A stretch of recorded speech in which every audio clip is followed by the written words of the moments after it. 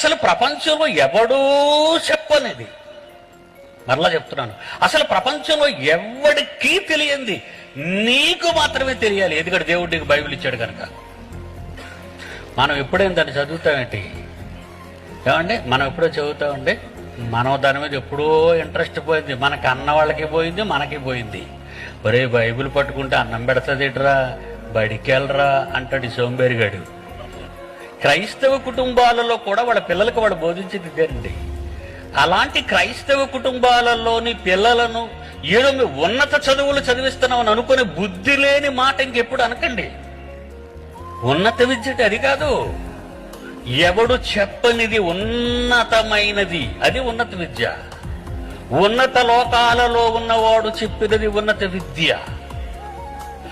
అధోగతిలో ఉన్నవాడు, అధ్వానపు స్థితిలో ఉన్నవాడు చెప్పేది కాదు ఉన్నత విద్య. ఏమండి? ఎంత విద్య చేసుకుంటే, ఎంత విద్య చేర్చుకుని ఏం నేర్చుకున్నారండి పిల్లలు? తాగుబోతులు, తిరుగుబోతులు, పబ్బులు, క్లబ్బులు. ఈరోజు సమాజాన్ని మనం చూస్తుంటే ఎంత దారుణంగా ఉందండి పిల్లల పరిస్థితి.